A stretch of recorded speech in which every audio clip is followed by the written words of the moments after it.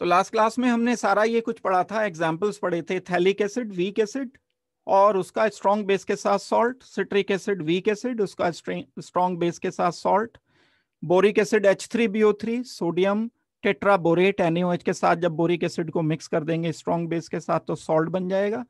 Carbonic acid बड़ा weak acid होता है H2CO3, कार्बन डाइऑक्साइड जब वाटर में मिल जाता है, मिक्स हो जाता है तो H2CO3 फॉर्मेशन होती है। ये जो आपका कोल्ड ड्रिंक होता है इसमें भी, ये जैसे कोक वगैरह है, पेप्सी है, इसमें भी कार्बन डाइऑक्साइड डिसॉल्व होता है और कार्बोनिक एसिड होता है H2CO3, एसिडिक होता है ये सोल्यूशन जो होता है इसका। तो कार्बोनिक एसिड और sodium hydrogen carbonate, carbonic acid में जब NaOH ऐड करते हैं तो इसका एक सॉल्ट सोडियम हाइड्रोजन कार्बोनेट बनता है, दोनों का मिक्सचर बफर कहलाता है। तो कार्बोनिक एसिड का जो एक सॉल्ट बन के साथ एक बफर बनता है वो ब्लड में भी पाया जाता है और इस ब्लड की एक पर्टिकुलर पीएच की रेंज होती है, बाहर से कोई एसिड या बेस अगर इसमें मिक्स कर देते हैं तो वो चेंज नहीं होती। और दो एग्जाम्पल्स और हमने ये किए थे। इसके बाद हम इसका थोड़ा सा मैकेनिज्म करते हैं। ये इतना काम हमने लास्ट क्लास में कर लिया था कि किस तरह से बफर एक्शन होता है, क्यों जब बाहर से हम कोई H पॉजिटिव या OH नेगेटिव ऐड करते हैं किसी बफर सॉल्यूशन में तो क्यों वो पीएच उसकी चेंज नहीं होती। चाहे हम H पॉजिटिव ऐड करें तो कहां चला जाता है वो H पॉजिटिव, या OH नेगेटिव इस सॉल्यूशन में कहां चला जाता है। तो इसके लिए हमें पहले एसिडिक बफर का बस एक का ही होगा तो दूसरे का उसी तरह से ऐड करता है, एसिडिक एंड बेसिक एक ही लाइन ऑफ एक्शन पर वर्क कर रहे होते हैं। हमने एक ये CH3COH लिया, वीक एसिड है ध्यान रहे, तो इसके कुछ मॉलिक्यूल टूट जाएंगे। अगर 100 मॉलिक्यूल हमने शुरू में लिए तो कुछ उसमें से 2 या 4 टूट गए, अगर 2 टूटे हैं तो 2 ही H पॉजिटिव बनेंगे। वेरी लेस आयोनाइजेशन का मतलब ये बहुत वीक एसिड है, डिग्री ऑफ डिसोसिएशन कम है, अल्फा कम है, ये सारे टर्म्स दिमाग में होना जरूरी है। अब हमने एडिशनली क्या किया, ये एक बर्तन में एसिटिक एसिड आयोनाइज हो चुका था जो फॉरवर्ड डायरेक्शन में कम था, बैकवर्ड डायरेक्शन में ज्यादा था। प्लस H पॉजिटिव है, फॉरवर्ड डायरेक्शन में कम है, बैकवर्ड ये ज्यादा है, बैकवर्ड ज्यादा होने का मतलब ज्यादा अमाउंट CH3COOH का है। अगर हमने 1 मोल लिया तो 0.01 मोल ही H पॉजिटिव है। अब हमने उल्टा बाहर से क्या किया, इसमें थोड़ा सा सोडियम एसिटेट ऐड कर दिया। जो सोडियम एसिटेट मॉलिक्यूल होता है CH3COONA, ये स्ट्रॉन्ग इलेक्ट्रोलाइट होता है, सॉल्ट है, सॉल्ट स्ट्रॉन्ग इलेक्ट्रोलाइट होते हैं। ये आपको पता होना चाहिए, जब कोई मेटल लगा होता है किसी नेगेटिव चार्ज के साथ तो उसमें आयोनिक बॉन्ड बहुत अच्छा बनता है, तो वो पूरी तरह से आयोनाइज हो जाता है। सॉल्ट कभी भी कोई मिले, खास तौर से S ब्लॉक मेटल के साथ, तो आप उसे कॉम्प्लीटली आयोनाइज करो।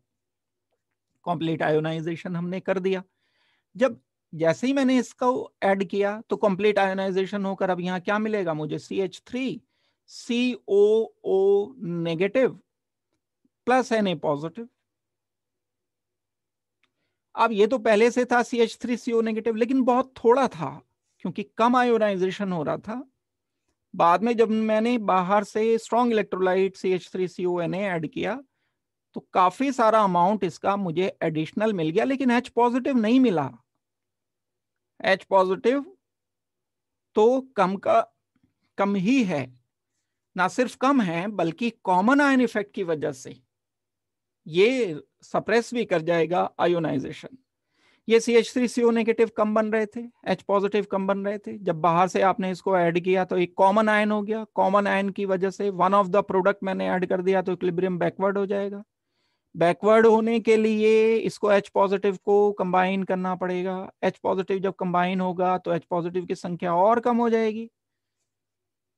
तो कुल मिलाकर के ये एक हमारे पास मिक्सर है जिसमें काफी कम H पॉजिटिव की संख्या है।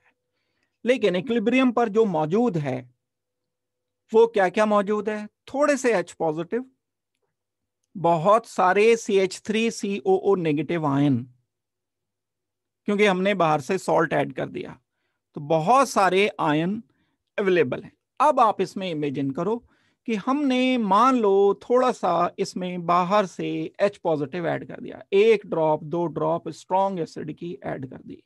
जब आप H पॉजिटिव इसमें ऐड करोगे तो ऐसा लगता है कि H पॉजिटिव की संख्या जितनी थी उससे ज्यादा हो जानी चाहिए, लेकिन ये H पॉजिटिव जब बाहर से आपने ऐड किया तो ये इस CH3COO नेगेटिव के साथ कंबाइन करके रिवर्स एक रिएक्शन देगा, क्योंकि ये रिएक्शन रिवर्स डायरेक्शन में ज्यादा हो रहा है और खास तौर से कॉमन आयन इफेक्ट की वजह से भी हो रहा है।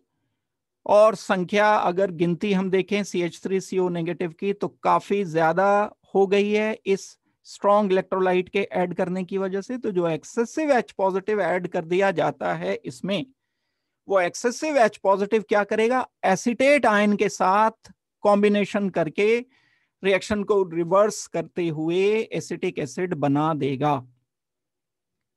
अब अगर जो H पॉजिटिव ऐड किया उसने एसिटेट आयन से रिएक्शन कर लिया तो वो तो डिसअपियर हो गया। अब अगर ये डिसअपियर हो गया तो पीएच में इसका कोई कंट्रीब्यूशन नहीं रहेगा। दैट मीन्स पीएच इंक्रीज या डिक्रीज नहीं होगी। H पॉजिटिव आयन कॉन्सेंट्रेशन बढ़ता है तो पीएच डिक्रीज होती है, दैट मीन्स पीएच ये डिक्रीज नहीं कर पाएगा। बाहर से ऐड किया हुआ H positive acetate ion absorb कर लेता है, क्योंकि पहले से ही हमने एक्सेसिव एसिटेट आयन तैयार रख रखे हैं। जितने H पॉजिटिव ऐड करेंगे ये इनको जल्दी से कैप्चर कर लेंगे। कैप्चर करने के बाद एसिटिक एसिड बनेगा। एसिटिक एसिड तो बहुत वीक इलेक्ट्रोलाइट है, बहुत कम डिसोसिएट होता है। मोर ओवर मैंने एसिटेट आयन ऐड कर रखे हैं, उसकी वजह से और कॉमन आयन की वजह से सप्रेशन एसिटिक एसिड का हो रहा है, तो कंसिडरेबल H पॉजिटिव नहीं बन पाएंगे, जिसकी वजह से हम बोलेंगे कि यहां एसिड स्ट्रेंथ पहले जैसी ही रहेगी। That means H positive ion concentration change नहीं होगा। जितने भी H पॉजिटिव ऐड किए जाएंगे वो एसिटेट आयन कर लेने की ऐड से कॉम्बिनेशन कर लेने की वजह से। क्यों एसिटेट आयन ऐड करेंगे, इससे रिएक्शन करेंगे? क्योंकि एसिटेट आयन का पहले से ही काफी सारा कॉन्सेंट्रेशन मौजूद है सॉल्यूशन में इस मिक्सचर में। ये तो रही H पॉजिटिव की बात। तो H पॉजिटिव आया और H पॉजिटिव को एसिटेट आयन ने कैप्चर कर लिया अपने। आप रीजन में ये बात बताओगे और इक्वेशन ये वाली लिख करके बात बताओगे। आपसे क्वेश्चन पूछा जाएगा, रीजन मांगा जाएगा आपसे कि आप ये बताओ कि क्यों H पॉजिटिव डिसअपियर हो जाते हैं बफर सॉल्यूशन में, कहां चले जाते हैं। तो ये पूरी बात दो इक्वेशन ये लिख करके, ये इक्वेशन लिख करके ये बात आपको समझानी पड़ेगी। एक तो बात ये हो गई। दूसरी बात, अगर हम OH नेगेटिव ऐड करते हैं, OH नेगेटिव कहां चला जाता है वो भी मैं बता रहा हूं। दिमाग में कुछ लोगों के क्वेश्चन ये आता है कि एसिटिक एसिड तो बन गया लेकिन ये तो एसिडिक होता है। ठीक है, ये एसिड है लेकिन बहुत बहुत वीक एसिड है, number 1। Number 2, common ion effect की वजह से इसका डिसोसिएशन पहले से ही कम हो रहा है। मींस आपको बफर सॉल्यूशन समझना है तो कॉमन आयन इफेक्ट भी एंड डिग्री ऑफ आयनाइजेशन भी and week acid and strong acid भी पहले पता होने चाहिए, तब आप बफर सॉल्यूशन समझ पाओगे। डायरेक्ट नहीं समझ आएंगे ये। तो ये रिएक्शन बैकवर्ड डायरेक्शन में यानी एसिटिक एसिड की तरफ को इसलिए चलता है क्योंकि एसिटेट आयन एब्जॉर्ब कर लेते हैं H को, और वो बहुत वीक इलेक्ट्रोलाइट होते हैं, खास तौर से कॉमन आयन एसिटेट आयन की प्रेजेंस में तो और भी ज्यादा वीक वो इलेक्ट्रोलाइट होते हैं। दूसरी बात, नंबर 2, ये तो रही H पॉजिटिव की बात। अगर हम ऐड कर देते हैं बाहर से OH नेगेटिव, ये जो बफर सॉल्यूशन है इसमें बहुत सारी चीजें मौजूद हैं। H पॉजिटिव मौजूद है, CH3COH है मौजूद, CH3CO नेगेटिव मौजूद है, CH3COO नेगेटिव, Na पॉजिटिव है। अब आपने ऐड किया बाहर से Na पॉजिटिव, सॉरी NaOH या KOH। NaOH क्या देगा, स्ट्रॉन्ग इलेक्ट्रोलाइट है, OH नेगेटिव देगा। ये OH नेगेटिव बेसिक है और ये बेस इस CH3COOH से जाकर के रिएक्शन करेगा। ये CH3COH इक्विलिब्रियम में मौजूद है, पहले से हमने ले रखा है। ये इससे रिएक्शन करके क्या बना देगा, एसीटेट आयन बनाएगा। एसीटेट आयन बनने से ना तो ज्यादा H पॉजिटिव प्रोड्यूस होंगे ना ज्यादा OH नेगेटिव प्रोड्यूस होंगे, बल्कि जो बाहर से आपने OH ऐड किए थे वो जरूर न्यूट्रल हो गए। एसीटेट आयन से ये OH नेगेटिव जो एक्सेसिव बाहर से ऐड किया आपने, इससे कंबाइन कर जाता है, क्या बना देगा, CH3CO नेगेटिव। ये CH3CO नेगेटिव प्लस वाटर, ये तो न्यूट्रल हो गया, मीन्स ये OH नेगेटिव गया, गायब हो गया। अब अगर गायब हो गया तो इसका इंपैक्ट तो पीएच पर नहीं पड़ेगा कोई, पीएच तो जैसी पहले थी इस मिक्सचर की वैसी की वैसी ही रहेगी। ये कारण होता है जिसकी वजह से चाहे हम OH नेगेटिव ऐड कर दें, चाहे हम H पॉजिटिव ऐड कर दें, कोई फर्क नहीं पड़ता है किसी भी कंडीशन में इस बफर सॉल्यूशन पर, यानी पीएच इसकी सेम रहती है। जब मैंने OH नेगेटिव को ऐड किया तो एसिटिक एसिड के H को लेकर ये न्यूट्रल बना देगा। ये नॉन आयनाइजेबल है, इसका तो आयनाइजेशन कितना होता है 10⁻⁻14, तो ये तो नेग्लिजिबल है बिल्कुल, इसको तो हम नेग्लेक्ट करेंगे अगर। और एसिटेट आयन जो बना वो तो पहले से मौजूद है, ये थोड़ी ना बेसिक पीएच को तो ये थोड़ी डिसाइड करता है, पीएच को तो H पॉजिटिव का कॉन्सेंट्रेशन या OH नेगेटिव का कॉन्सेंट्रेशन डिसाइड करता है। ये कुल मिलाकर के दो रीजन आपको पता होने चाहिए, और ये इस टाइप में नहीं, आप इसको कहीं भी किसी पे भी अप्लाई कर सकते हो। कोई भी बफर मिक्सचर है, ये तो हमने acetic acid and sodium acetate के लिए लिया, आप इसको किसी और के लिए भी अप्लाई कर सकते हो। HCN एंड सोडियम साइनाइड के लिए भी कर सकते हो। जब आप HCN सोडियम साइनाइड के मिक्सचर में ऐड करोगे बाहर से H पॉजिटिव, तो CN नेगेटिव कैप्चर कर लेगा उसको, और जब आप OH नेगेटिव ऐड करोगे तो HCN NaOH से रिएक्शन करके NaCN बना लेगा। तो ना तो OH का कुछ फर्क पड़ेगा ना H पॉजिटिव का कुछ फर्क पड़ेगा। तो कोई भी टाइप का बफर सॉल्यूशन है, ये मैंने एक एग्जांपल बता दिया, तो आपको उसको किसी भी एसिडिक बफर या बेसिक बफर पर अप्लाई कर लेना है। तो जैसे हमने ये एसिडिक का किया, ठीक उसी तरह से हम बेसिक का, जैसे NH4OH अमोनियम क्लोराइड, अब अगर मैं इसमें अमोनियम हाइड्रोक्साइड में जो कि वीक इलेक्ट्रोलाइट है OH नेगेटिव ऐड करता हूं, तो वो अमोनियम आयन से कॉम्बिनेशन करके रिवर्स कर देगा, अमोनियम आयन OH नेगेटिव से कॉम्बिनेशन कर जाएगा। और अगर मैं H पॉजिटिव ऐड करता हूं तो ये जो कम OH नेगेटिव प्रोड्यूस हो रहे हैं उससे कॉम्बिनेशन करके रिवर्स बैक हो जाएगा रिएक्शन। तो दोनों तरह से ना तो H पॉजिटिव कोई फर्क डाल पाएंगे ना OH नेगेटिव कोई फर्क डाल पाएंगे। तो जो क्वेश्चन आपका इसमें आता है, रीजन से आता है, दो तीन टाइप के क्वेश्चन जो मैं बता रहा हूं। एक, नंबर 1, आपको डेफिनेशन पता होनी चाहिए। डेफिनेशन नहीं पता तो फालतू चीजें तो बेकार हैं, फिर कर रहे हो या नहीं कर रहे हो वो वेस्टेज ऑफ टाइम है। पहले आपको बफर पता होना चाहिए कि क्या होता है। डेफिनेशन बोल के बतानी नहीं आती अगर किसी को, तो इसका मतलब है उसको नहीं आती। अगर आप मुझे आंसर वर्ड्स में नहीं कर पा रहे हो तो फिर तो बिल्कुल गलतफहमी जोन में है, दैट मीन्स वो आपको बोल करके बतानी या लिख करके बतानी आनी चाहिए, नंबर 1। नंबर 2, इसके एग्जाम्पल्स, दो टाइप के examples, acidic buffer, basic buffer. 3, application, दो एप्लीकेशन मैंने बताई हैं, एक ब्लड में बफर होता है, एक केमिकल बफर तो बड़े होते हैं, केमिकल इंडस्ट्रीज में बहुत यूज होते हैं बफर, और जो हमारे बहुत सारे फूड प्रोडक्ट्स भी होते हैं उसमें भी बफर बना करके छोड़ दिया जाता है ताकि बहुत थोड़ा बहुत एसिडिक बेसिक हो जाए सोल्यूशन, तो उसकी स्टेबिलिटी मेंटेन रहे, फूड की, फूड स्पॉइल ना हो, खराब ना हो, उसका टेस्ट नहीं जाए।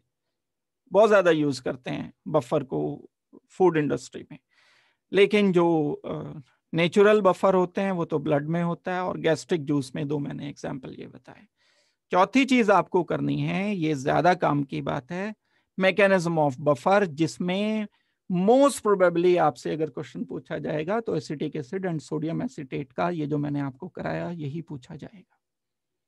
मैक्सिमम चांसेस ही के हैं, पहले नंबर पर इसको करो। बाकी ये करने के बाद जब ये बड़ी अच्छी तरह से कर लोगे तो आप इसी रेफरेंस फ्रेम में दूसरे एग्जाम्पल रख करके और भी चीजें कर पाओगे। तो जो बेसिक बफर का मैकेनिज्म है वो बिल्कुल वही है जो एसिडिक बफर का मैकेनिज्म है। यहां तक ये एक बात हो गई। अब हम एक सॉल्ट हाइड्रोलिसिस करते हैं कि सॉल्ट का हाइड्रोलिसिस क्या होता है। ये भी अपने आप में बड़ा एक इंपॉर्टेंट टर्म है, और ना सिर्फ यहाँ इस इक्विलिब्रियम में बल्कि सॉल्ट हाइड्रोलिसिस और जगह पर भी, इनऑर्गेनिक केमिस्ट्री में भी, ऑर्गेनिक केमिस्ट्री में भी ये टर्म बहुत यूज होता है।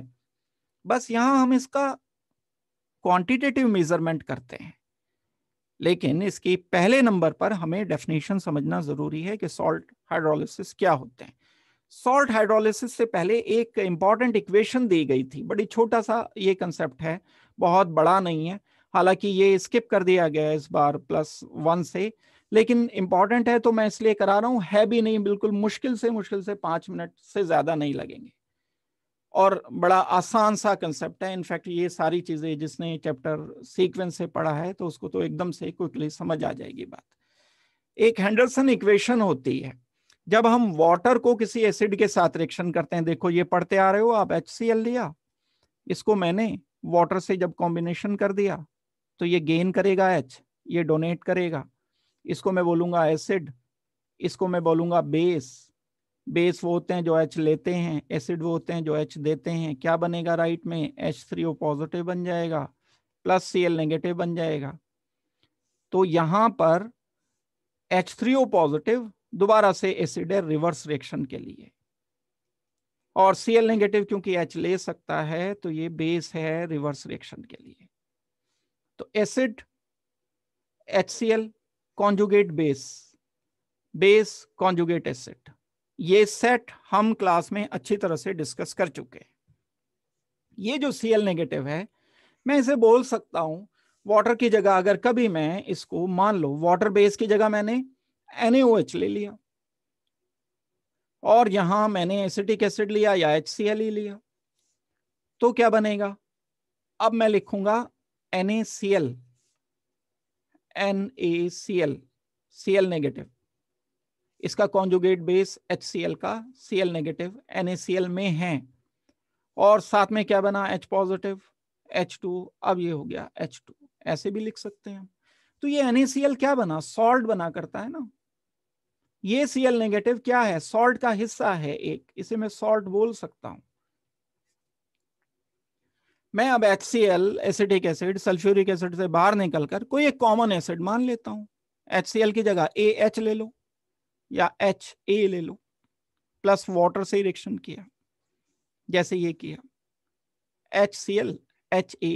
अब A कुछ भी हो सकता है, जैसे CH3COH में A क्या होगा?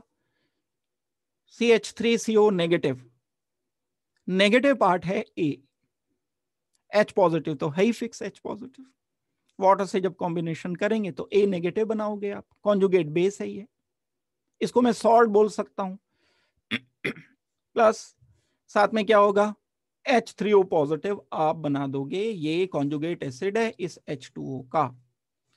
ये इक्वेशन लेकर के हमें आगे प्रोसीड करना है। ये तो वही बात है जो अभी तक आपने पढ़ी है, इसको बस मैंने थोड़ा सा अलग, इस इक्वेशन के लिए मैं Ka लिख सकता हूं। जब मैं Ka लिखना चाहूंगा तो प्रोडक्ट के कॉन्सेंट्रेशन डिवाइडेड बाय रिएक्टेंट के कॉन्सेंट्रेशन। Ka मतलब इक्विलिब्रियम कांस्टेंट फॉर एसिड है। यही काम मैं बेस के साथ करूंगा तो Kb लिख दूंगा इसको। तो यहां से प्रोसीड करते हैं, देखते हैं आगे, इसे चला के देखते हैं कि क्या निकलता है इससे।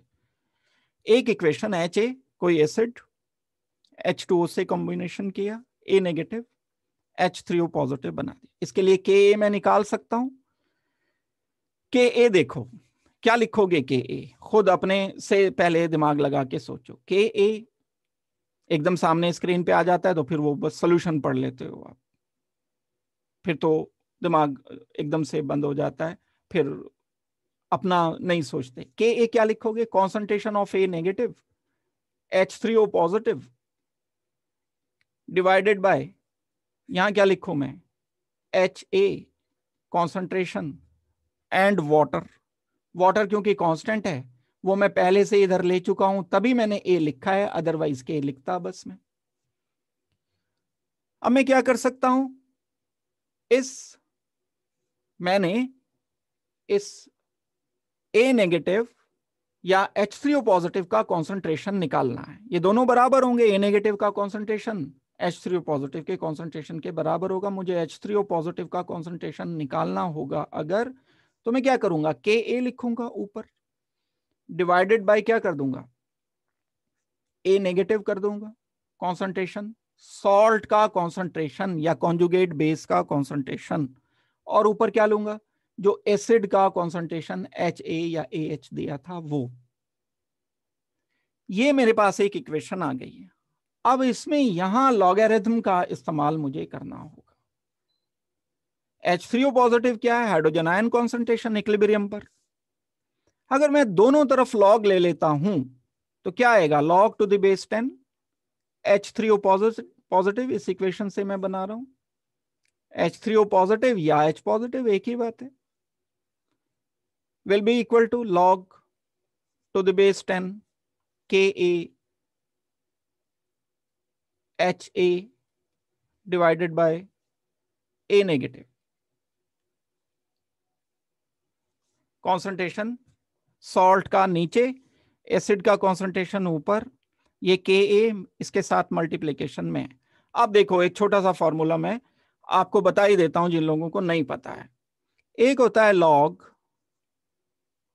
m इंटू n, ये अगर आपको कभी गिवन होता है तो इसका रिजल्ट निकलता है log m plus log n।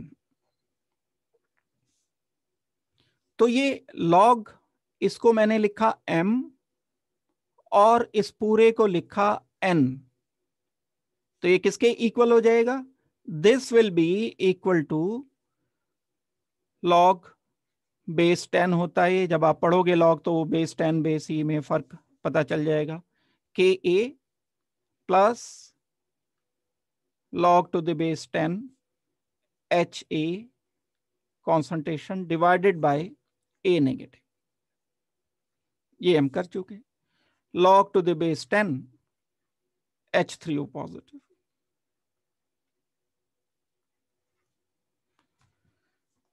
ये एक रिलेशन निकला, इसको आगे हम और भी सॉल्व कर सकते हैं, लेकिन हम इसी एक्सप्रेशन में रखेंगे इसको। log m over n is equal to log m minus n भी होता है, लेकिन उसकी जरूरत नहीं है, यहां हम इसी एक्सप्रेशन में रखेंगे तो कर सकते हैं। अब आप जानते हो कि log Ka log H3O positive को अगर मैं माइनस कर दूं, दोनों तरफ मैं माइनस से मल्टीप्लाई कर देता हूं -1 से, तो यहां माइनस हो जाएगा, यहां माइनस हो जाएगा, ये प्लस की जगह माइनस हो जाएगा। दोनों तरफ मैंने -1 से मल्टीप्लाई किया, किसी भी नंबर में इक्वल इक्वेशन को हम कर सकते हैं, दिक्कत की बात ही क्या है। जो भी इक्वेशन गिवन होती है, अलजेब्रिक इक्वेशन आपने की होगी, मान लो यहाँ पर 6 लिखा है और यहाँ पर equal to a multiplied by 2 लिखा है, तो मैं इसको -1 से मल्टीप्लाई कर सकता हूँ अपनी तरफ से, दोनों तरफ से -1 से मल्टीप्लाई कर सकता हूँ, दोनों तरफ से x से मल्टीप्लाई कर सकता हूँ। वेल, ये जो मेरे पास माइनस log 10 H3O पॉजिटिव आया है, ये क्या चीज है, ये इनफैक्ट है minus log hydrogen ion concentration. H positive या H3O पॉजिटिव एक ही बात है। Minus log hydrogen ion concentration क्या होता है, ये होता है pH। इस पूरे को मैं रिप्लेस कर सकता हूं pH से, और minus log to the base 10 Ka क्या होता है, ये इनफैक्ट होता है, जैसे हमने pH किया था ऐसे ये हो जाएगा pKa। एक और टर्म आपने पढ़ रखा है pKa, किसे बोलते हैं हम, is equal to minus log to the base 10 Ka को बोलते हैं pKa। तो मैं इसकी जगह पर लिख सकता हूं, इस पूरे की जगह पर pKa लिख सकता हूं। तो नया एक रिलेशन हमें मिल गया, pH is equal to pKa। अच्छा, ये माइनस के बराबर है, माइनस pKa नहीं लिखेंगे अब, क्योंकि minus log 10 Ka is equal to pKa। Minus log hydrogen ion concentration is equal to pH, minus pH नहीं लिखेंगे, पीएच लिखेंगे, pH is equal to P K a minus log 10 H A over A negative. A negative क्या है? Salt. H A क्या है? Acid का concentration. ए negative क्या है? इक्विलिब्रियम पर सॉल्ट का कॉन्सेंट्रेशन। यहां तक बड़ी क्लियर सी बात है, बड़ी सिंपल सी इक्वेशन है, कोई मुश्किल बात नहीं है। तो इसी से एक ये हेंडरसन इक्वेशन निकल जाएगी। तो आप इसको चेक करो। जब आप इसको चेक करोगे तो सोचो, ये जो मैंने सारी बात बताई है यही रिलेशन है। के ए किया मैंने, K a multiplied by H A over H3O, इसकी जगह मैंने लॉग H3O पॉजिटिव। अब दोनों तरफ में -1 से मल्टीप्लाई करता हूं, -1 से मल्टीप्लाई करने पर यहां माइनस आ गया, यहां माइनस आ गया, यहां माइनस आ गया। ये pH p K a minus log H A over A negative, ये एक रिलेशन आसान सा सिंपल सा आ गया। क्या लिखूं मैं यहां रिलेशन? ये pH is equal to P K a minus log to the base 10 ही चल रहा है concentration of acid AH over concentration of salt A negative. ये नेगेटिव को अगर मैं पॉजिटिव करता हूं तो ये टर्म उल्टे हो जाते हैं। जैसे हम लिखते हैं ना कोई भी लॉग 1 ओवर H पॉजिटिव, तो ये किसके इक्वल होगा? माइनस लॉग H पॉजिटिव के। ये रिलेशन यहां अप्लाई किया मैंने। अब ये माइनस की जगह अगर मैं प्लस करना चाहता हूं तो ये H नीचे आ जाएगा, A ऊपर आ जाएगा। दैट मीन्स मुझे क्या लिखना है? नया रिलेशन एक लिखना है, PH will be equal to PKE plus, ये मैंने चेंज कर दिया, प्लस कर दिया इसको, लॉग ये A नेगेटिव ऊपर आ गया, A negative divided by AH। ये हमारा रिलेशन है और ये हेंडरसन इक्वेशन कहलाता है। इस इक्वेशन को आप यूज कर सकते हो बहुत सारी जगह पर। ये अगर इनके कॉन्सेंट्रेशन कहीं से मिल जाते हैं, इसका कॉन्सेंट्रेशन मिल गया आपको, HA का कॉन्सेंट्रेशन मिल गया इक्विलिब्रियम, पीएच पता है सॉल्यूशन की, या नहीं पता है तो पीके पता है तो निकाल सकते हो। ये सब रिलेशन हम इस्तेमाल कर सकते हैं। कोई भी अननोन पैरामीटर अगर हमें या पीएच निकालनी है तो इस सॉल्यूशन के मिक्सचर की, सॉल्ट एंड ये बफर के लिए इनफैक्ट ए नेगेटिव क्या है, हमने बफर बनाया तो ये सॉल्ट का कॉन्सेंट्रेशन है, H पॉजिटिव का अपना कॉन्सेंट्रेशन है, बफर के लिए भी निकाल सकते हो। या कोई अगर गिवन इक्वेशन है जिसमें सॉल्ट का कॉन्सेंट्रेशन, H पॉजिटिव का कॉन्सेंट्रेशन गिवन है, एसिड का कॉन्सेंट्रेशन गिवन है, तो आप पीएच निकाल सकते हो।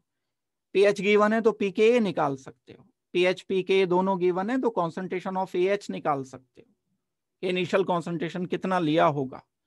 तो ये हेंडरसन इक्वेशन कहलाती है और ये काम की इक्वेशन है आपकी। तो आप देखो इसे, यही बात जो मैंने बताई है थोड़ी सी साफ साफ इसलिए मैं बाद में स्क्रीन पर लाता हूं ताकि किसी को अगर राइटिंग समझने में दिक्कत हो तो वो समझ जाए आसानी से। वही दोनों तरफ माइनस से मल्टीप्लाई किया तो माइनस हो गया, ये -1 से। अब माइनस की जगह यह मैंने minus log K is equal to P K a minus log hydrogen ion concentration is equal to pH. ये जो का तू रहा। अब मैं इसे चेंज करना चाहता हूं, इस नेगेटिव को मैंने पॉजिटिव किया तो ये एक्सचेंज कर दिए, ये नीचे हो गया, ये HA ऊपर हो जाएगा।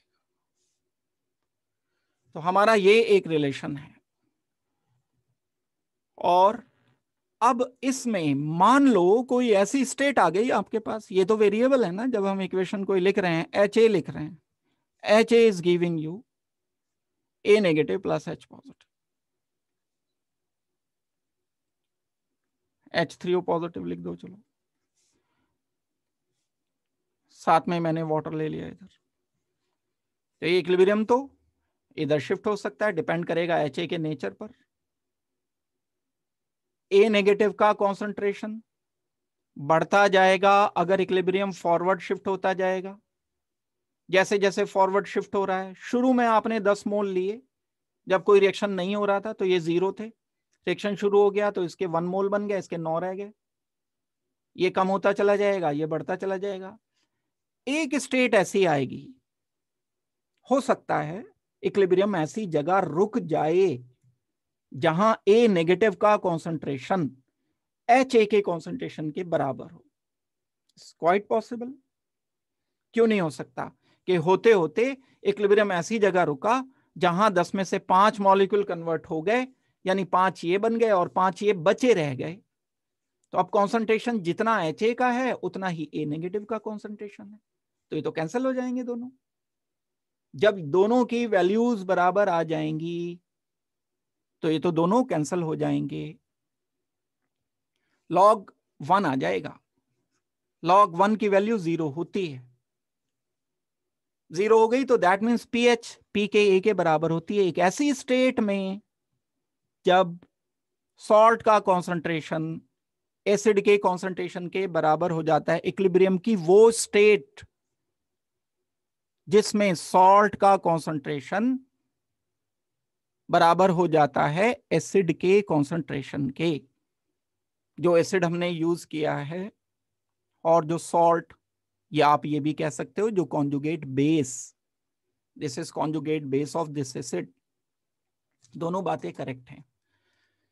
तो जो एसिड का कॉन्सेंट्रेशन है वही कॉन्सेंट्रेशन उसके कॉन्जुगेट बेस का है। इसका क्या मतलब है? इसका मतलब है 50% ये एसिड डिसोसिएट हो चुका है, 50% डिकम्पोज हो चुका है, 50% कन्वर्ट हो चुका है, या दूसरे शब्दों में 50% बचा है। या तीसरी बात, दोनों के कॉन्सेंट्रेशन HA के A नेगेटिव के बराबर है। जब ये वाली स्टेट आएगी तब इस स्टेट को हम बोलते हैं कि log 1 आ जाएगा। ये दोनों बराबर होने के बाद ये कैंसिल हो जाएंगे, जो मैंने अभी आपको बताई बात, ये कैंसिल हो गए, कट गए दोनों। जब ये दोनों कट गए तो log 1 आ गया, log 1 0 होता है। जब यहां 0 मैंने ऐड कर दिया, pKa plus 0 is equal to pH, यानी pH is equal to pKa। यानी ऐसे स्टेट में pH एंड pKa की वैल्यू बराबर होती हैं। ये एप्लीकेशन है हेंडरसन इक्वेशन की। यहां से हम चीजों को समझ सकते हैं, यानी डायरेक्शन समझ सकते हैं कि pKa किधर चल रहा है एंड pH किधर चल रहा है। तो ये वही बात है जो मैंने आपको बताई है। बस इसमें ध्यान रखना कि ये जो A नेगेटिव लेंगे वो कॉन्जुगेट बेस है या सॉल्ट है, और जो हमने इनिशियल एसिड लिया है ये वाला acid, concentration of acid and conjugate base जब दोनों के कॉन्सेंट्रेशन सेम हो जाते, इसको मैंने कई तरह से बताया। या तो दोनों के कॉन्सेंट्रेशन सेम, या आधा डिकम्पोज हो गया, या 50% डिकम्पोज हो गया, या आधा बचा, या अल्फा डिग्री ऑफ डिसोसिएशन 0.5 है जिसकी। एक और सोचने का तरीका, जब 0.5 होगी इसका मतलब है आधे मॉलिक्यूल कन्वर्ट हो गए, आधे रह गए, तब भी तो यही सिचुएशन आएगी। तो ये सारी कंडीशन में pH एंड pKa बराबर हो जाते हैं। ये एप्लीकेशन है हेंडरसन इक्वेशन की। तो और जो मेन हम न्यूमेरिकल में जो इसे इस्तेमाल करते हैं, बहुत सारे एनसीईआरटी में बाद में न्यूमेरिकल दिए हुए हैं जो इससे सॉल्व होंगे, वो हम न्यूमेरिकल में क्या इस्तेमाल कर सकते हैं। ये जो हेंडरसन इक्वेशन है, यही वाली equation pH is equal to pKa log salt, वो जो A नेगेटिव का कॉन्सेंट्रेशन लिखा था उसकी जगह मैंने कॉन्जुगेट बेस लिख दो या सॉल्ट लिख दो आप, ओवर एसिड। ये हम एसिडिक बफर के लिए कैलकुलेट कर सकते हैं। एंड बेसिक बफर के लिए बस pH की जगह क्या आ जाएगा, यहां POH आ जाएगा। अगर ये सॉल्यूशन एसिडिक की जगह बेसिक ले लिया गया, बेसिक बफर है, ammonium hydroxide and ammonium chloride का मिक्सचर है, तो pH की जगह POH, pKa की जगह pKb, सॉल्ट की जगह सॉल्ट, एसिड की जगह नीचे बेस। ये हम बेसिक बफर के लिए निकाल सकते हैं। तो ये दो रिलेशन थे, हमारा मकसद ये था कि इन दो रिलेशन तक पहुंचे। ये दो रिलेशन काम के रिलेशन है। इससे बफर सॉल्यूशन की पीएच कैलकुलेट करने में आपको मदद मिलेगी। चाहे आप एसिडिक बफर सोच रहे हो, चाहे बेसिक बफर सोच रहे हो, दोनों में आप पीएच कैलकुलेट कर सकते हो और अंदाजा भी लगा सकते हो। अगर सॉल्ट ज्यादा है, एसिड कम है, मान के देख सकते हैं हम। मान लो सॉल्ट एंड एसिड का जो रेशो है वो 10 आ रहा है, log 10 आ गया सपोज करते हैं। log 10 कब आएगा? जब सॉल्ट 10 गुना ज्यादा होगा एसिड से। अगर इसका कॉन्सेंट्रेशन 1 मोल है तो ये 10 मोल होना चाहिए। अगर इसका कॉन्सेंट्रेशन 5 मोल है तो ये 50 मोल होना चाहिए पर लीटर। यानी सॉल्ट का कॉन्सेंट्रेशन अगर 10 गुना है एसिड के कॉन्सेंट्रेशन से, तब ऐसी कंडीशन में जस्ट हम जानने के लिए कि सॉल्ट ज्यादा होता है एसिड कम होता है तो क्या होता है, हमने सिंपल ताकि लॉग को सॉल्व कर लें 10 गुना इसलिए लिया क्योंकि log 10 की वैल्यू मुझे पता है 1 है, एकदम से पता चल जाती है, टेबल की जरूरत नहीं पड़ेगी तो आइडिया लग जाएगा, इसलिए किया ये। आप 100 गुना ले लो, 1000 गुना ले लो, बराबर लेके जैसे हमने किया तो 1 0 आ गया तो दोनों बराबर हो गए। लेकिन अगर सॉल्ट ज्यादा होगा एसिड कम होगा तो क्या होगा, वो चेक कर रहे हैं। यहां पर सॉल्ट ओवर एसिड यानी रेशो अगर 10 ले लिया मैंने तो तब क्या होना चाहिए, pH will be equal to 1 plus P K A. ये pH is equal to P K A, ये तो है ही। log 10 जो होता है वो 1 होता है, यानी 1 ऐड कर दिया मैंने इसमें। यानी पीएच एंड पी के ए में 1 का अंतर होगा अगर सॉल्ट 10 गुना ज्यादा कॉन्सेंट्रेशन का है एसिड के कंपैरिजन में। वो जो एक इक्वेशन लेकर के चले थे उस इक्वेशन को नहीं दिमाग से अलग करना, उस इक्वेशन में रख दें अगर ये कॉन्सेंट्रेशन है तो पीकेए में अगर 1 ऐड कर देंगे तब पीएच के बराबर होगा। रिवर्स करके देख लेते हैं। अगर ये सॉल्ट मेरे पास कम है और एसिड 10 गुना है, यानी एक नया मैं सेट ये बनाता हूं, एसिड मैंने 10 टाइम्स ले लिया, सॉल्ट कम है अब, यानी अब मैं ऐसा कुछ सेट ले रहा हूं कि एसिड डिसोसिएट हो रहा है ए नेगेटिव एच पॉजिटिव में। तो ए नेगेटिव का कॉन्सेंट्रेशन 10 गुना कम है, ये कम है, ये अगर 10 मोल है तो ये 1 मोल है, यानी इक्विलिब्रियम फॉरवर्ड कम हो रहा है। ये सारी चीजें डेटा के साथ साथ दिमाग में चलती रहनी चाहिए। आप क्या करोगे ऐसे केस में? ऐसे केस में मैं 1/10 लिखूंगा, यहां 1/10 लिखना चाहिए, यानी 10 टू द रेज -1 लिखना चाहिए। log 10 टू द रेज -1 क्या होता है, -1 होता है। log 10 तो 1 होता है, log 10 टू द रेज -1 क्या होता है, -1 होता है। तो pKa -1 हो जाएगा ये। जब मैं ये वैल्यू यहां उठा करके रख देता हूं तो इसका रिजल्ट मुझे मिलेगा -1।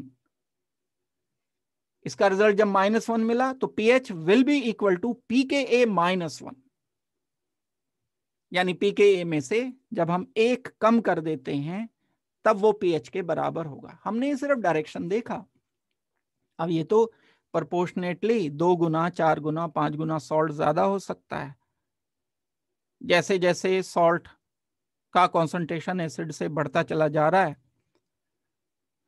तो ये वैल्यू ऐड होती चली जाएगी, बढ़ती चली जाएगी। जैसे जैसे सॉल्ट का कॉन्सेंट्रेशन कम होता चला जा रहा है, नीचे एसिड का कॉन्सेंट्रेशन बढ़ता चला जा रहा है, तो ये नंबर बढ़ता चला जाएगा। 100 गुना होता अगर ये तो -2 हो जाता है। फिर हम -2 लेते हैं यहाँ, 10 to the raise log 10 to the raise -2 कितना होता है, -2 होता है। तो हमें पीके में से 2 घटाने होते, 2 माइनस करने होते।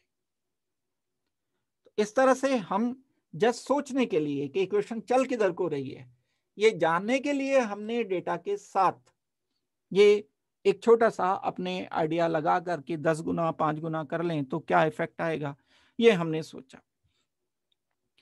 जो हमारे पास बफर सॉल्यूशन होता है पीएच, इसकी बफर सॉल्यूशन की टेम्परेचर के साथ जरूर चेंज होती है, ये बात ध्यान रख लेना।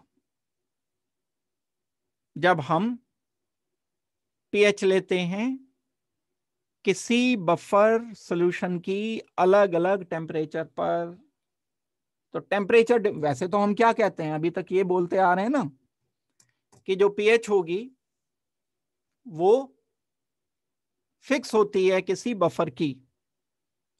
लेकिन अगर हम टेम्परेचर चेंज कर दें तो टेम्परेचर चेंज करने पर तो के ए ही चेंज हो जाता है। के ए चेंज हो जाता है तो पीएच भी चेंज हो जाएगा, डिसोसिएशन ही चेंज हो जाता है। तो ये बात आपको ध्यान रखनी होगी।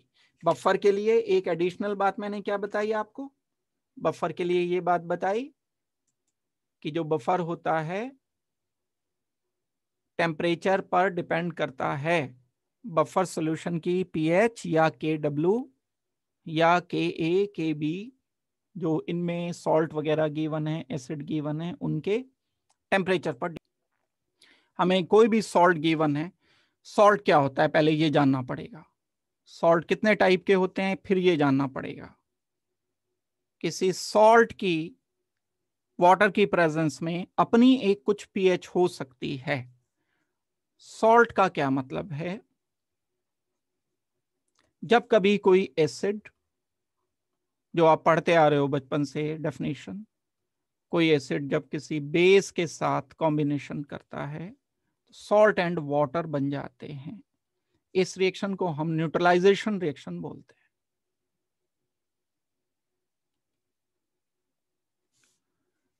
एसिड एंड बेस को चेक करने के बाद हम इन सॉल्ट को 4 टाइप में कैटेगराइज करते हैं।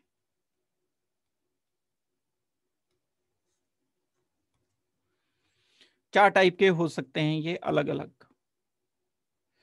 एसिड स्ट्रांग भी हो सकता है, वीक भी हो सकता है। बेस स्ट्रांग भी हो सकता है, बेस वीक भी हो सकता है। तो आप ऐसे लिखो, स्ट्रांग एसिड,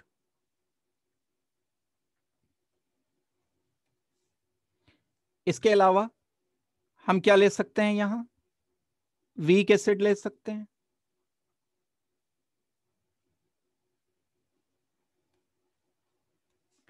जब हम स्ट्रांग एसिड को रिएक्शन करते हैं किसी स्ट्रांग बेस के साथ,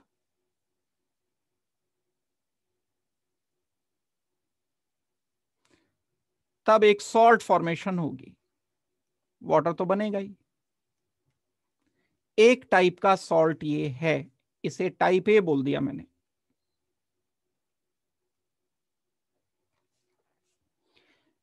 जब मैं किसी वीक एसिड के साथ कॉम्बिनेशन करता हूं किसी स्ट्रॉन्ग बेस को,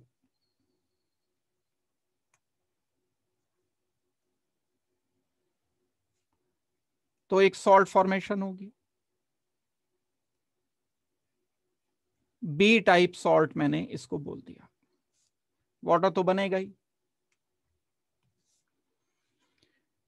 फिर मैंने इस बार स्ट्रॉन्ग एसिड दोबारा से लिया,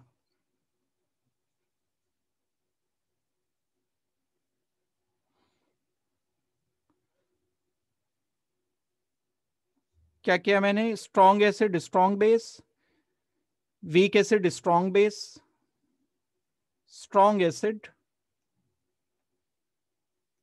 इसको कॉम्बिनेशन किया मैंने वीक बेस के साथ।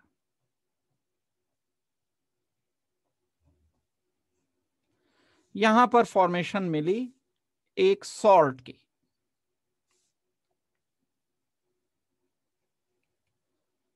इस सॉल्ट को मैंने सी टाइप सॉल्ट मान लिया क्योंकि इसके जो कंपोनेंट हैं वो डिफरेंट हैं। स्ट्रॉन्ग एसिड है, वीक बेस है। यहां पर स्ट्रॉन्ग एसिड था, स्ट्रॉन्ग बेस था, वीक एसिड था, स्ट्रॉन्ग बेस था। फिर मैंने क्या किया, वीक एसिड को कॉम्बिनेशन किया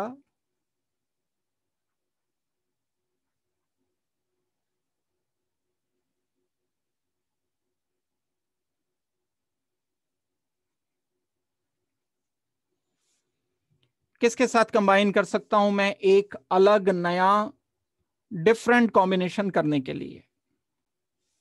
इस वीक एसिड को वीक बेस के साथ कंबाइन कर दूं तो ये एक अलग टाइप का कॉम्बिनेशन है, एक ये सॉल्ट मिल जाएगा मुझे, डी टाइप सॉल्ट। वाटर तो सब केसेस में बनते ही हैं। इन सॉल्ट का हाइड्रोलिसिस करना है। इसमें से ये जो सबसे पहले वाला है strong acid and strong base, इनके हाइड्रोलिसिस नहीं हो पाते हैं, इसको हमें निकालना होगा। यानी हम हाइड्रोलिसिस ऑफ सॉल्ट की बात कर रहे हैं, तो जो स्ट्रॉन्ग एसिड स्ट्रॉन्ग बेस से सॉल्ट बने होते हैं वो हाइड्रोलिसिस नहीं देते।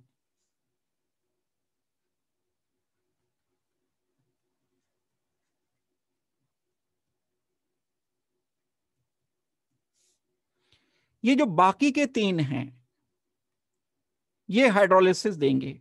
Week acid strong base, strong acid weak base, weak acid weak base. जहां भी वर्ड वीक आ गया, चाहे वो दोनों के साथ है चाहे किसी एक के साथ है, उनका जो कॉरेस्पॉन्डिंग सॉल्ट बनेगा, जैसे ये बी बनाया मैंने, जैसे ये मैंने सी बनाया, जैसे ये मैंने डी बनाया, ये हाइड्रोलिसिस देंगे। बनाएंगे क्या हाइड्रोलिसिस करके? कोई ज्यादा आपको एनर्जी वेस्ट करने की जरूरत नहीं है।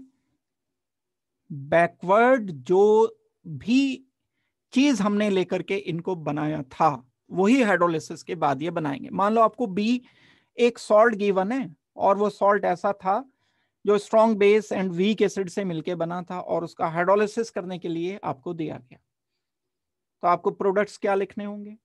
आपको week acid strong base product लिखने होंगे। एक सॉल्ट आपके पास सी टाइप है, उसका हाइड्रोलिसिस करने के लिए आपको बोला गया। सी टाइप का हाइड्रोलिसिस करने के लिए आपको प्रोडक्ट लिखने होंगे strong acid and weak base. D type salt का हाइड्रोलिसिस करने के बाद प्रोडक्ट लिखने होंगे week acid and weak base. Hydrolysis जब हम किसी सॉल्ट का करते हैं तब एसिड एंड बेस मिलते हैं। अगर ये salt strong acid strong base से बना है तब इसका हाइड्रोलिसिस नहीं हो पाता है। एग्जाम्पल देता हूं मैं, NaOH बड़ा स्ट्रॉन्ग बेस है दुनिया का, HCl बड़ा स्ट्रॉन्ग एसिड। जब हम इन दोनों को कंबाइन करते हैं तो एक सॉल्ट मिलता है NaCl। ये टाइप ए हो गया, वाटर तो बनेगा ही। तो NaCl का वाटर से कभी कोई कॉम्बिनेशन नहीं, सिर्फ फॉरवर्ड ही होता है, ये रिएक्शन रिवर्स नहीं होता। दैट मीन्स तो आप लिखोगे NaCl अगर कभी गिवन है और वाटर से रिएक्शन दिया गया तो आप कहोगे कुछ नहीं होगा, हाइड्रोलिसिस नहीं होगा NaCl का। लेकिन अगर कोई वीक एसिड दिया है, सोच के देखो वीक एसिड क्या होता है। अभी हम थोड़ी देर पहले पढ़ रहे थे कि एसिटिक एसिड वीक एसिड होता है, CH3COOH। और इसको आप स्ट्रॉन्ग बेस के साथ, ये बी टाइप ले रहा हूं मैं, स्ट्रॉन्ग बेस के साथ कंबाइन करते हो। वीक एसिड, बेस लिया स्ट्रॉन्ग NaOH, सॉल्ट क्या मिला? सॉल्ट मिल गया CH3COONA। CH3COONA जो मिला ये एक ऐसा सॉल्ट है जो हाइड्रोलिसिस दे सकता है, बी टाइप है ये। तो जब आप कभी सोडियम एसिटेट यानी CH3COONA को वाटर से रिएक्शन करोगे तो प्रोडक्ट मिलेगा CH3COOH प्लस NaOH। यानी क्या मिला? स्ट्रॉन्ग बेस मिला एंड वीक एसिड मिला, जिससे वो बना था वही मिला। तो इस सॉल्ट के कॉरेस्पॉन्डिंग प्रोडक्ट बनाने के लिए हम एक सिंपल बात सोच सकते हैं क्या सिंपल बात सोच सकते हैं, मेरे पास सॉल्ट AH है, AB है, AH तो एसिड हो जाएगा। और आपको कहा गया कि इसका हाइड्रोलिसिस करो। इस सॉल्ट में इतना तो पहचान सकते हो पोलैरिटी के अकॉर्डिंग कि पॉजिटिव पार्ट कौन सा है एंड नेगेटिव पार्ट कौन सा है। जैसे अगर मैं आपको लिख करके देता हूं CH3COONA, तो आपको इतना तो बिल्कुल पता है कि सोडियम पॉजिटिव होगा, ऑक्सीजन नेगेटिव होगा।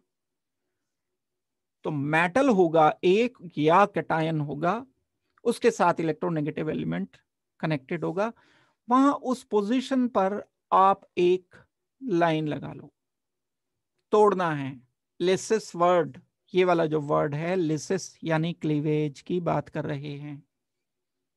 लिसिस का मतलब होता है तोड़ना, क्लीवेज करना, बीच से दो हिस्सों में बांट देना, क्लीव करना। जैसे हाइड्रो, वाटर, वाटर की प्रेजेंस में क्लीवेज सॉल्ट का, तो वाटर के साथ क्लीवेज होगा। ये वाटर के भी दो पार्ट हैं, अगर मैं वाटर को तोड़ता हूं तो वाटर H एंड OH में ही टूटा करता है हमेशा। वाटर जब क्लीवेज देगा तो H पॉजिटिव, पॉजिटिव पार्ट किधर जाएगा, ऑक्सीजन पर, नेगेटिव पार्ट किधर जाएगा, सोडियम पर। तो वाटर को ब्रेक करते हुए आपको इस सॉल्ट को तोड़ देना है। बड़ा सिंपल सा हमें कंक्लूजन मिला, AH मिल गया। H क्या है, एसिड है। BOH मिल गया, BOH क्या है, बेस है। ये BOH and AH acid and base कौन से होंगे, स्ट्रॉन्ग होंगे या वीक होंगे, ये सॉल्ट का नेचर बताएगा। अगर ये सॉल्ट सोडियम एसिटेट है, स्ट्रॉन्ग बेस वीक एसिड से मिलके बना है, तो ये बेस स्ट्रॉन्ग बेस बना होगा इसमें, और एसिड वीक एसिड रहा होगा। अब आप इस सॉल्यूशन की कंडीशन देखो जहां पर ये हमने ऐड किया है। सारी बात ये दिमाग में रखकर, उसे साइड में फोल्डर बना के रखकर, उसके बाद आप ये देखो कि हमें गिवन है सोडियम एसिटेट CH3COONA गिवन था, यहां वाटर अवेलेबल था इस जार में, बीकर में।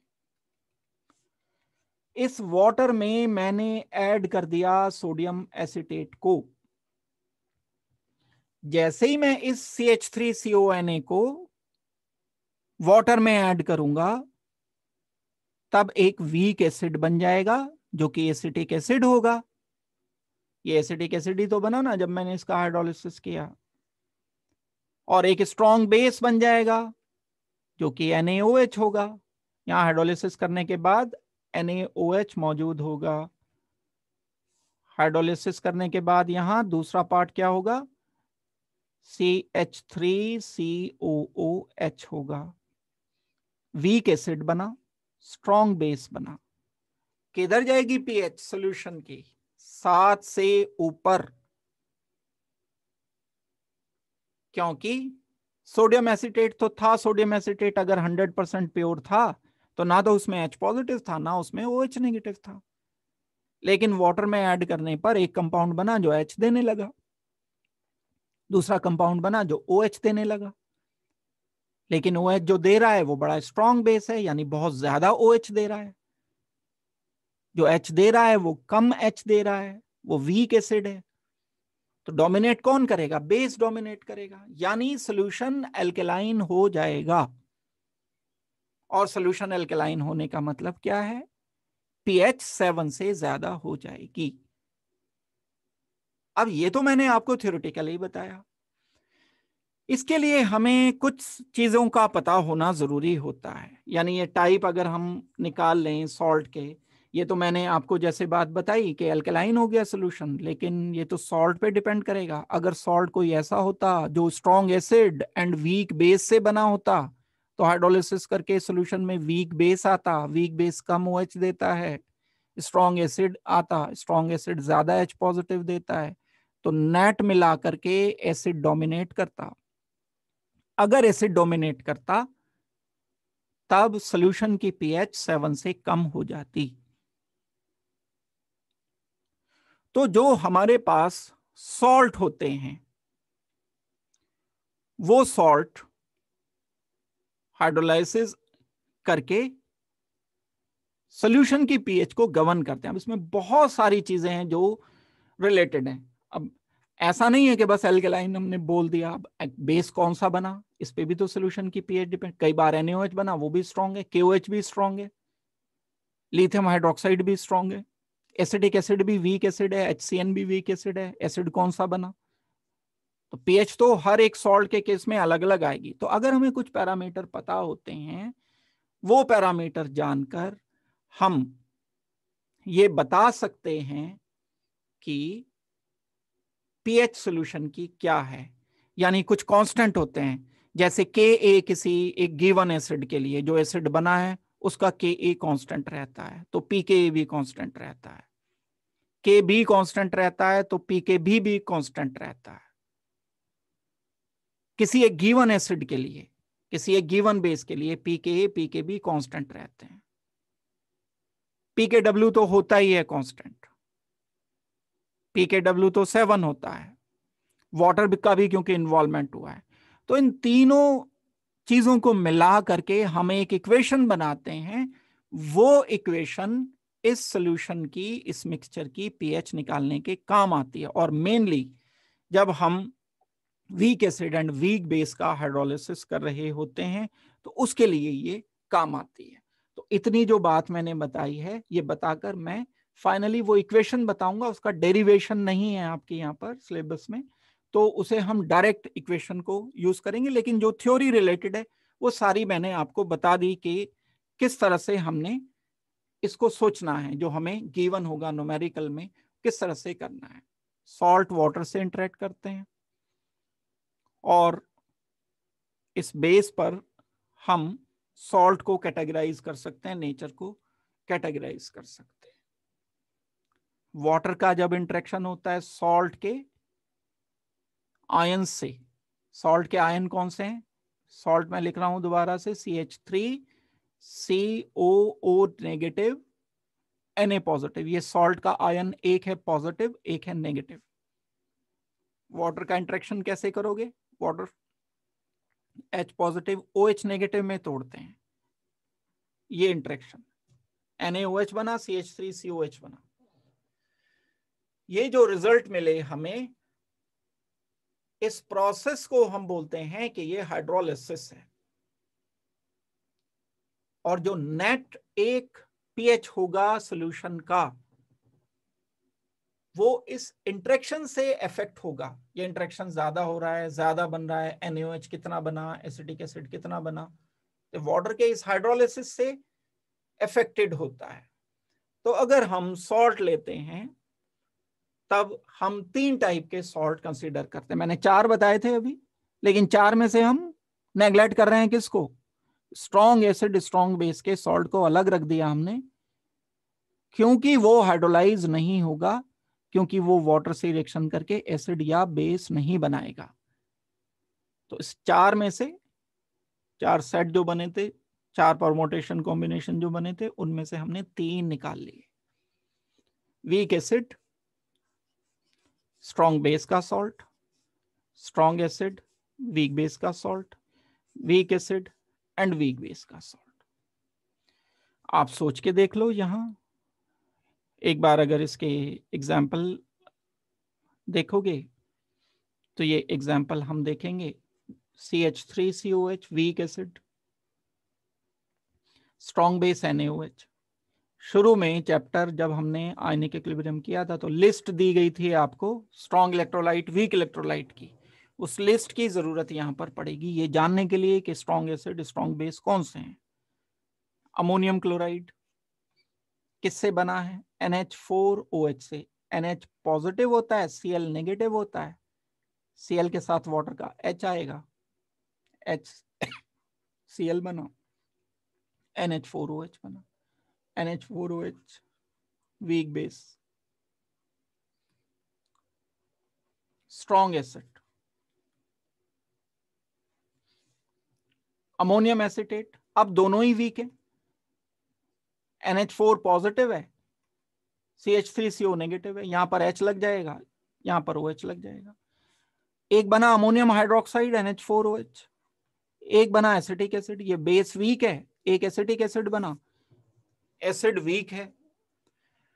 तो मेनली जो आपका एरिया होता है वर्क करने का, वो week acid and weak base के बड़े अच्छे रिजल्ट मिलते हैं।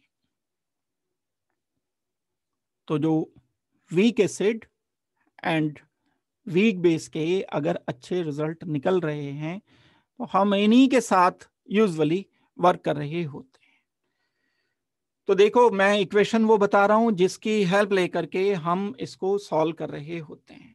For the hydrolysis of salt formed from week acid and weak base, degree of hydrolysis is independent of concentration of solution.